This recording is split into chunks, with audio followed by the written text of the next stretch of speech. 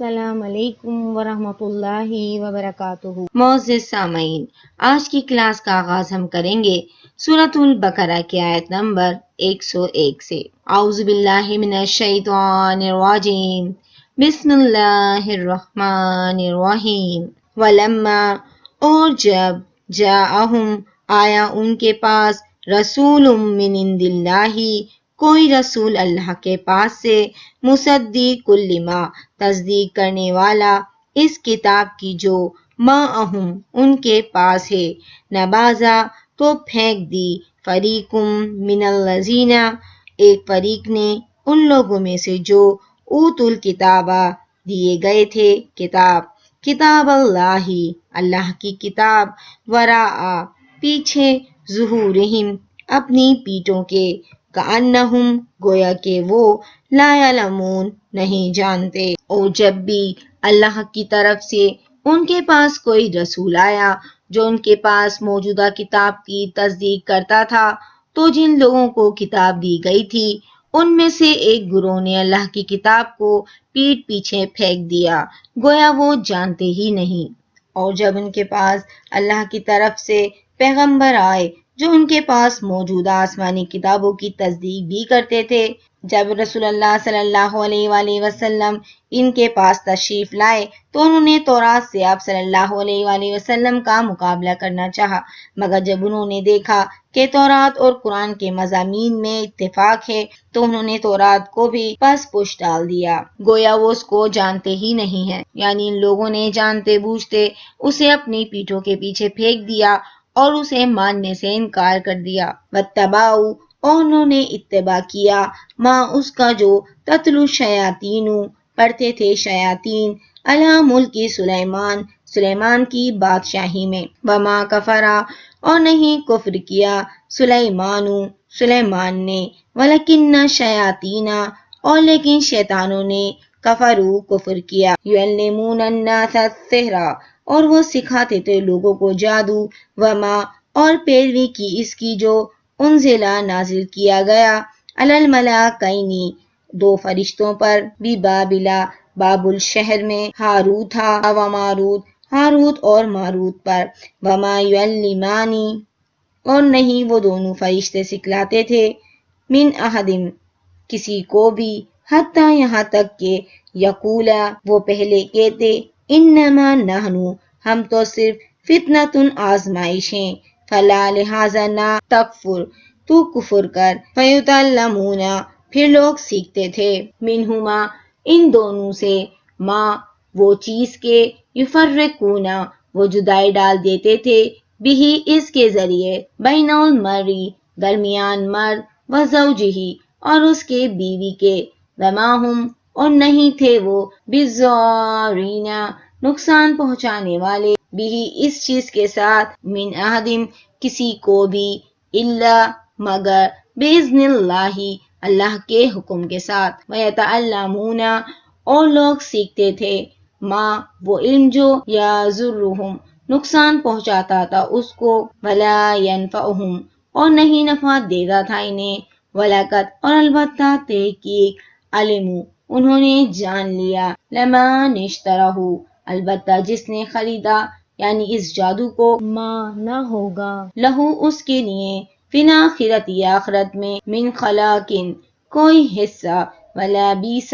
اور البتہ بری ہے، ما، وہ چیز کے، شرعوا، انہوں نے بیچا، بھی، اس کے بدلے، انفسہم، اپنی جانوں کو، لو، کاش کے، کانوا، وہ ہوتے، یعلمون، جانتے، اور انہوں نے اس کی پیروی کی جسے شیطان سلیمان کی بادشاہت میں پڑھتے تھے، اور سلیمان نے کفر نہیں کیا تھا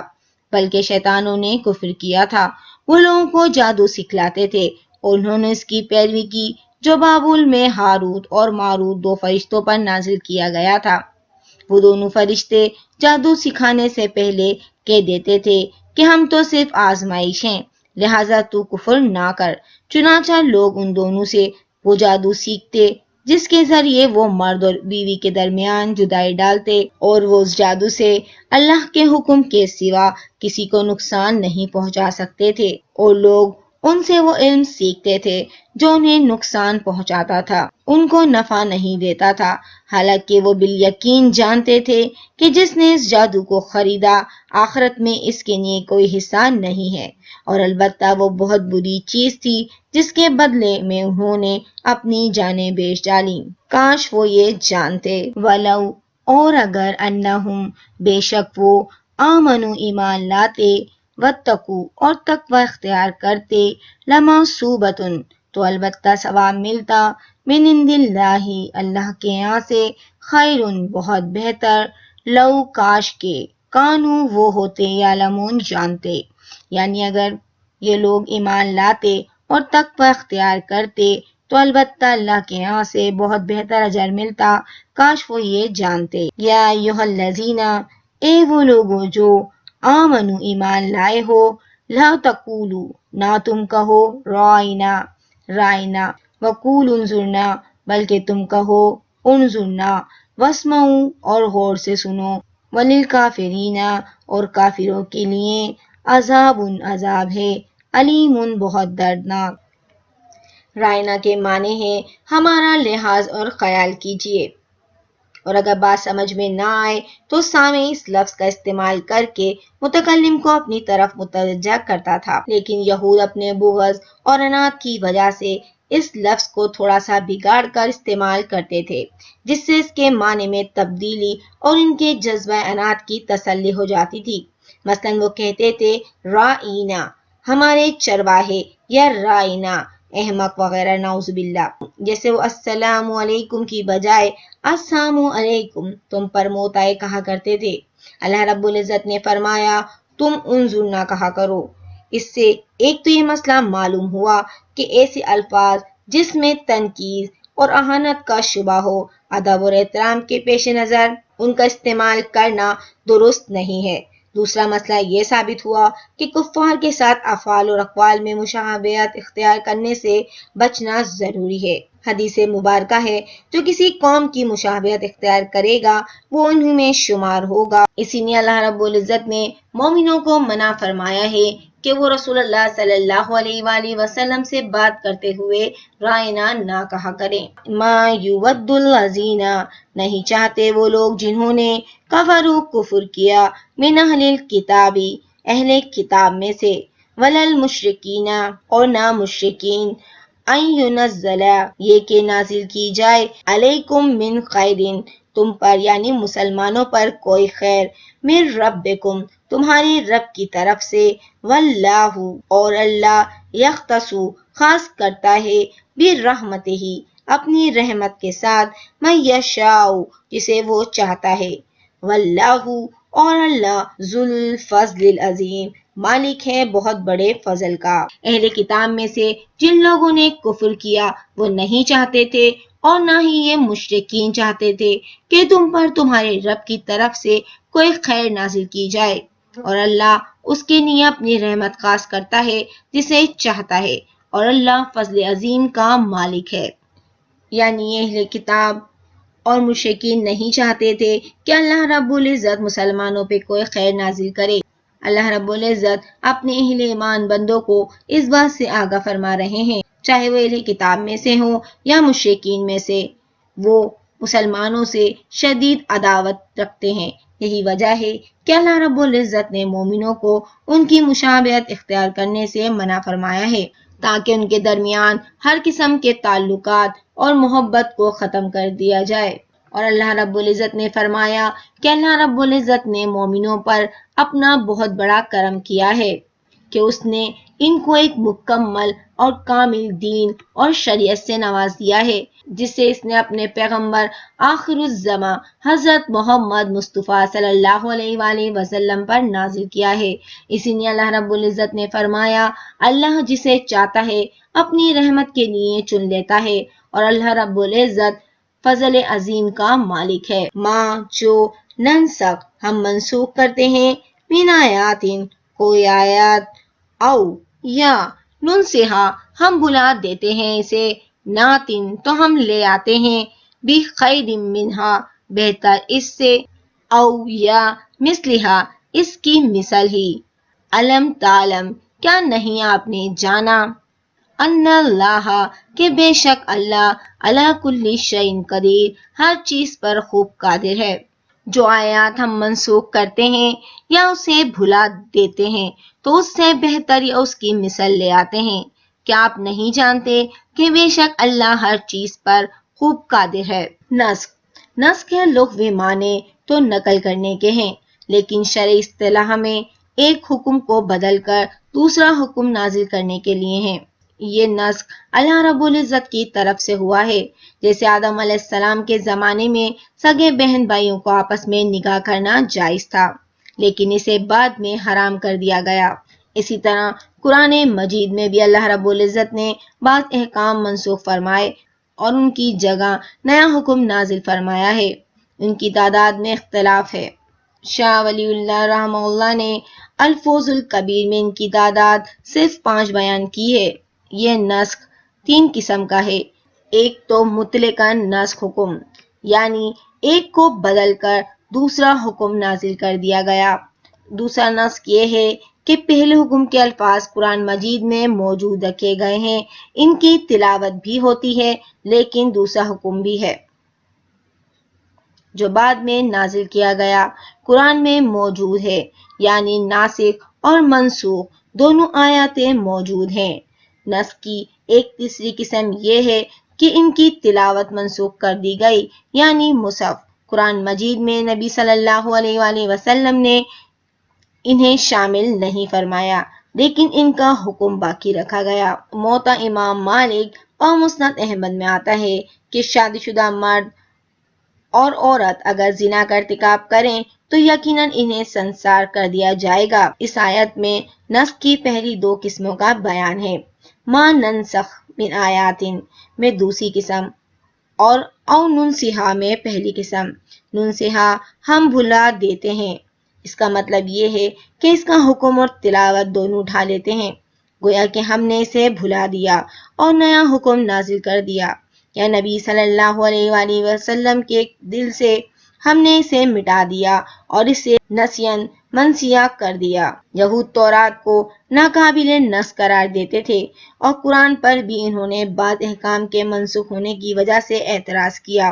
اللہ رب العزت نے ان کی تردید فرمائی اور کہا، زمین اور آسمان کی بادشاہی اسی کے ہاتھ میں ہے، اور جو وہ مناسب سمجھے گا وہ حکم نازل کرے گا۔ جس وقت جو حکم اس کی مصلحت اور حکمت کے مطابق ہوگا وہ اسے نافذ کر دے گا اور جسے چاہے گا منسوخ کر دے گا۔ یہ اس کی قدرت ہی کا ایک معجزہ ہے۔ پاس قدیم گمراہ ہو، مثلا ابو مسلم اصفہانی معتزلی اور آج کل کے بھی بعض متجددین نے یہودیوں کی طرح قرآن میں نسخ ماننے سے انکار کیا ہے، لیکن صحیح بات وہی ہے جو مذکورہ سطروں میں بیان کی گئی ہے۔ سلف صالحین کا عقیدہ بھی اثبات نسخ ہی رہا ہے۔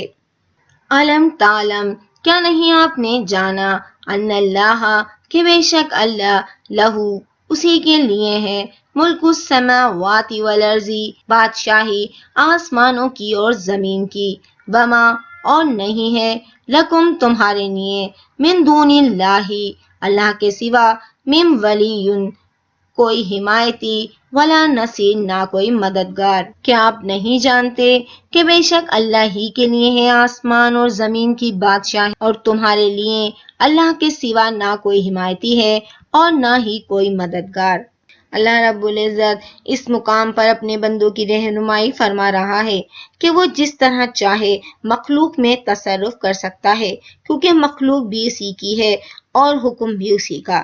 لہذا تصرف کا اختیار بھی اسی کا ہے۔ جس طرح اس نے چاہا ان کو پیدا کیا، اسی طرح جس کو وہ چاہے سعادت سے نوازے اور جسے چاہے شقاوت سے دوچار کر دے، جسے چاہے صحت عطا فرما دے اور جسے چاہے بیمار کر دے، جسے چاہے عزت عطا فرمائے اور جسے چاہے ذلیل و خوار کر دے۔ اسی طرح یہ بھی اسی کا اختیار ہے کہ وہ اپنے بندوں کے لیے چاہے جو فیصلہ کرے، جس چیز کو چاہے حلال کر دے اور جسے چاہے حرام قرار دے۔ اللہ رب العزت چاہے وہ فیصلہ کر سکتا ہے، اسے اپنے فیصلے سے کوئی روک نہیں سکتا۔ لہٰذا جب اللہ رب العزت ایک چیز کا حکم دیتا ہے اور اس میں جو مصلحت ہوتی ہے اسے صرف وہی جانتا ہے، پھر جب وہ چاہتا ہے اپنے علم کے مطابق اس سے منع فرما دیتا ہے۔ لہٰذا اللہ رب العزت کی اطاعت کا تقاضا یہ ہے کہ اس کے حکم کے آگے سر جھکا دیا جائے، اور رسول اللہ صلی اللہ علیہ وآلہ وسلم جو خبریں دیں ان کی اتباع کی جائے، جو حکم دیں اسے تسلیم کیا جائے، اور جس بات سے وہ منع فرما دیں اس سے مکمل طور پر پرہیز اختیار کیا جائے، کیونکہ اللہ رب العزت زمین اور آسمان اور تمام کائنات کا خالق اور مالک ہے۔ آسمان اور زمین کی بادشاہت اللہ رب العزت کی ہی ہے، تمام مخلوق اس کی مملکت میں رہتی ہے۔ آسمان اور زمین کی حکومت اور بادشاہی صرف اور صرف اللہ رب العزت کے لیے ہی ہے، اس لیے وہ جو چاہے وہ فیصلہ کر سکتا ہے، کیونکہ اللہ کے سوا نہ تو کوئی انسان کا حمایتی ہے اور نہ ہی کوئی مددگار ہوگا۔ ام کیا تریدون تم چاہتے ہو،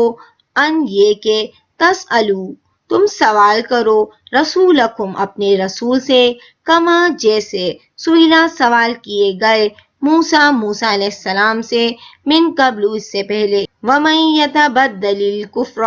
اور جو کوئی بدلے میں لے لے کفر کو، بالایمان ایمان کے بدلے، فقط تو تحقیق، ضل وہ بھٹک گیا، سواء السبیل سیدھے راستے سے۔ یہاں پر مسلمانوں سے خطاب کیا جا رہا ہے، کیا تم چاہتے ہو کہ تم اپنے رسول سے سوال کرو جیسا اس سے پہلے موسیٰ علیہ السلام سے سوال کیے گئے تھے، اور جس نے ایمان کے بدلے کفر اختیار کیا تو بے شک وہ سیدھے راستے سے بھٹک گیا۔ اللہ رب العزت اس آیت مبارکہ میں مسلمانوں سے فرما رہا ہے کہ مومنو ایسی چیزوں کے بارے میں مت سوال کرو کہ اگر تم پر ظاہر کر دی جائیں تو تمہیں بری لگیں، اور اگر تم قرآن کے نازل ہونے کے ایام میں ایسی باتیں پوچھو گے تو تم پر ظاہر بھی کر دی جائیں گی، یعنی اگر ان کے نزول کے بعد تم ان کی تفصیل کے بارے میں سوال کرو گے تو اسے تمہارے سامنے بیان کر دیا جائے گا۔ اسی طرح کسی چیز کے وقوع پذیر ہونے سے پہلے بھی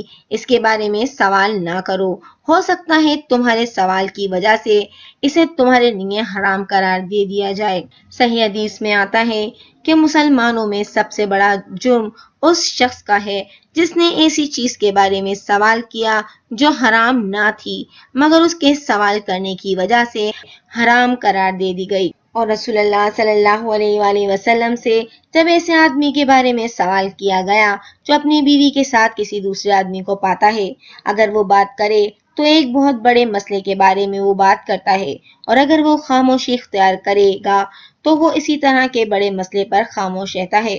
رسول اللہ صلی اللہ علیہ وآلہ وسلم نے اس طرح کے سوالات کو انتہائی ناپسند فرمایا۔ پھر اس کے جواب میں اللہ رب العزت نے لعن کا حکم نازل فرمایا۔ صحیحین میں مغیرہ بن شعبہ رضی اللہ تعالیٰ عنہ روایت کرتے ہیں کہ بے شک آپ صلی اللہ علیہ وآلہ وسلم فضول گفتگو، کثرت سوال اور اضاعت مال سے منع فرمایا کرتے تھے۔ صحیح مسلم میں ہے کہ آپ صلی اللہ علیہ وآلہ وسلم نے فرمایا، مجھے چھوڑ دو جب تک میں تمہیں چھوڑے رکھوں، کیونکہ تم سے پہلے لوگوں کو کثرت سوال اور اپنے انبیاء سے اختلاف نے ہی تباہ و برباد کر دیا تھا، لہٰذا جب میں تمہیں کوئی حکم دوں تو اس پر عمل کرو، اور جب کسی چیز سے منع کر دوں تو اس سے اجتناب اختیار کرو۔ یہ آپ صلی اللہ علیہ وآلہ وسلم نے اس وقت فرمایا جب آپ صلی اللہ علیہ وآلہ وسلم نے مسلمانوں کو بتایا کہ اللہ رب العزت نے تم پر حج فرض کیا ہے۔ تو ایک آدمی نے عرض کی، اے اللہ کے رسول صلی اللہ علیہ وآلہ وسلم، کیا حج ہر سال فرض ہے؟ اس نے 3 بار یہ سوال کیا۔ آپ صلی اللہ علیہ وآلہ وسلم خاموش رہے، پھر فرمایا، نہیں، اگر میں کہہ دیتا ہاں تو حج ہر سال واجب ہو جاتا، اور اگر واجب ہو جاتا تو تمہیں ہر سال کرنے کی استطاعت نہیں ہوتی۔ پھر آپ صلی اللہ علیہ وآلہ وسلم نے فرمایا، مجھے چھوڑ دو جب تک میں تمہیں چھوڑے رکھوں۔ مسلمانوں کو تنبیہ کی جا رہی ہے کہ تم یہودیوں کی طرح اپنے پیغمبر سے غیر ضروری سوالات مت کرو، اس میں کفر کا اندیشہ ہے۔ ود چاہتے ہیں کثیر من اہل الکتاب، بہت سے اہل کتاب میں سے، لو کاش کے، یردونکم من بعد، وہ پھیر دیں تمہیں بعد ایمانکم تمہارے ایمان کے، کفارن کافر، حسدا من عند انفسہم، حسد کرتے ہوئے اپنے دلوں سے، من بعد ما، اس کے بعد کے، تبینہ، واضح ہو گیا، لہم الحق، ان کے لیے حق، فاعفو، سو تم معاف کرو، واسفحوا، اور درگزر کرو، حتیٰ کہ یاتی اللہ، لے آئے اللہ، بامرہ، اپنا حکم، ان اللہ، بلا شبہ اللہ، علی کل شیء قدیر، ہر چیز پر قادر ہے۔ اہل کتاب میں سے بہت سے یہ چاہتے ہیں کاش وہ تمہارے ایمان لانے کے بعد تمہیں پھیر کر کافر بنا دیں، اور اپنے دلوں میں حسد کرتے ہوئے اس کے بعد کہ ان کے سامنے حق واضح ہو چکا ہے، پس معاف کر دو اور جانے دو یہاں تک کہ اللہ اپنا حکم لے آئے، بے شک اللہ ہر چیز پر خوب قادر ہے۔ حالانکہ انہیں مسلمانوں اور رسول اللہ صلی اللہ علیہ وآلہ وسلم کی فضیلت کے بارے میں خوب علم ہے۔ اللہ رب العزت یہاں مسلمانوں کو کفار کے راستے پر چلنے سے منع فرما رہے ہیں، اور یہ کہ ظاہر اور باطن میں ان کے لیے کس قدر شدید دشمنی رکھتے ہیں اور کس قدر حسد رکھتے ہیں، جبکہ انہیں مسلمانوں اور ان کے نبی کی فضیلت کے بارے میں بھی علم ہے، لیکن اس کے باوجود اللہ رب العزت نے اپنے اہل ایمان بندوں کو حکم دیا کہ وہ عفو درگزر سے کام لیں، حتیٰ کہ اللہ رب العزت انہیں اپنی فتح و نصرت سے سرفراز فرما دے گا۔ وَأَقِیمُوا الصَّلَاةَ، اور تم قائم کرو نماز، وَآتُوا الزَّکَاةَ، اور تم دو زکوٰۃ، وما، اور جو کچھ، تقدموا، تم آگے بھیجو گے، لِأَنفُسِکُم، اپنے نفسوں کے لیے، من خیرٍ، کوئی بھلائی، تجدوہ، تم پاؤ گے اس کو، عند اللہ، اللہ کے پاس، ان اللہ، بے شک اللہ، بما تعملون، تم جو عمل کرتے ہو، بصیر، خوب دیکھنے والا ہے۔ اور تم نماز قائم کرو اور زکوٰۃ ادا کرو، اور تم اپنے لیے جو بھی بھلائی آگے بھیجو گے اسے اللہ کے ہاں پاؤ گے، اور بے شک تم جو بھی عمل کرتے ہو اللہ رب العزت اسے خوب دیکھنے والا ہے۔ اس آیت مبارکہ میں اللہ رب العزت نے مسلمانوں کو حکم دیا کہ وہ نماز قائم کریں اور زکوٰۃ ادا کریں، اور وہ جو بھی بھلائی آگے بھیجیں گے اسے اللہ کے ہاں ضرور پائیں گے۔ اللہ رب العزت یہاں مسلمانوں کو نیکی کی ترغیب دے رہے ہیں جو ان کے لیے نفع بخش ہے اور روز قیامت کام آنے والی ہے، جبکہ آخرت میں ظالموں کو ان کی معذرت کچھ فائدہ نہیں دے گی، ان کے لیے لعنت اور برا گھر ہوگا۔ اسی لیے اللہ رب العزت نے فرمایا کہ اللہ رب العزت کسی بھی عمل سے غافل نہیں ہے، اسی لیے کسی بھی شخص کا کوئی عمل ضائع نہیں ہوگا، ہر شخص کو اس کے عمل کا بدلہ ضرور دیا جائے گا، چاہے وہ اچھے عمل ہو یا پھر برے، اسے آخرت کے دن اس کا بدلہ ضرور دیا جائے گا۔ اللہ رب العزت سے یہی دعا ہے کہ وہ ہمیں قرآن کو پڑھنے، سمجھنے اور اس پہ عمل کرنے کی توفیق عطا فرمائے، آمین یا رب العالمین۔